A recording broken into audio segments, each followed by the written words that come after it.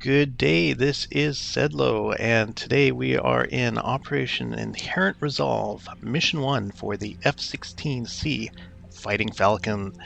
Uh, so I just wanted to address a few things. First of all, I want to call your attention to this awesome patch I designed, and I'm not trying to blow sunshine, you know where, but I'm just really happy with the way it turned out. No one's commented on it, so if you like it, let me know, because I think it looks cool. Anyway, so of course the most common question I always get asked is, Can I play it in multiplayer? no.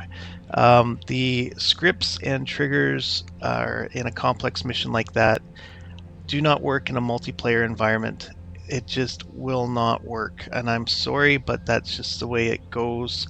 In order to make this campaign as realistic as I possibly could and tell the story that I wanted to tell, I had to use triggers and scripts that are not multiplayer compatible. So I'm sorry, but no, you can't do it. Will I make multiplayer content in the future? I do have a red flag mission that I've been working on. Um, it's a different design philosophy than a single player mission. If you want to make a multiplayer mission, you really need to start from the beginning with that in mind.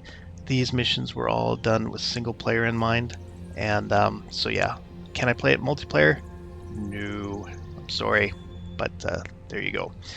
The second most common question or comment I get is, "Hey, I suck at air-to-air refueling. Um, do I really need to do it?"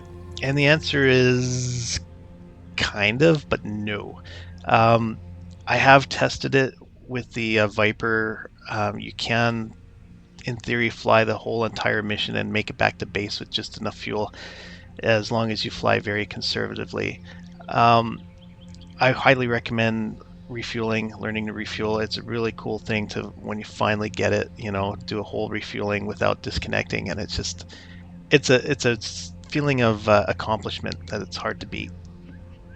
Um, what I would recommend to do if you're flying this mission for the first time is do fly it from the cold start here, okay? You'll get a lot of background information on the mission, you'll hear a lot of cool radio comms, and it's just good practice to do it. If you absolutely can't refuel and you don't want to do it, fly the mission up to the point where you get pushed to the tanker, okay? And at that point, you can use the radio menu, F10 option, load start from push version of mission.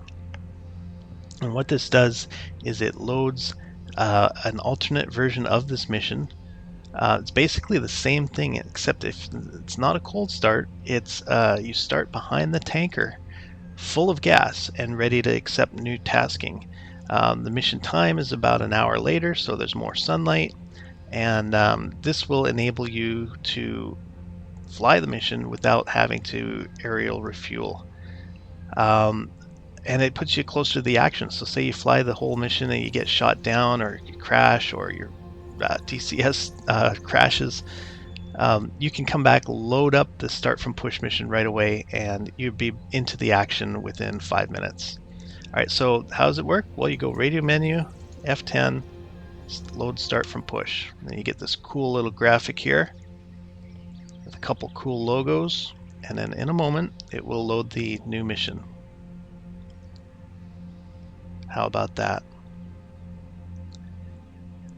Now, in all the versions except for the Harrier, the mission will start with the autopilot engaged, so you don't need to worry about that. The Harrier, I couldn't figure out a decent way to do it, but it will be okay because you'll be able to fly it right away.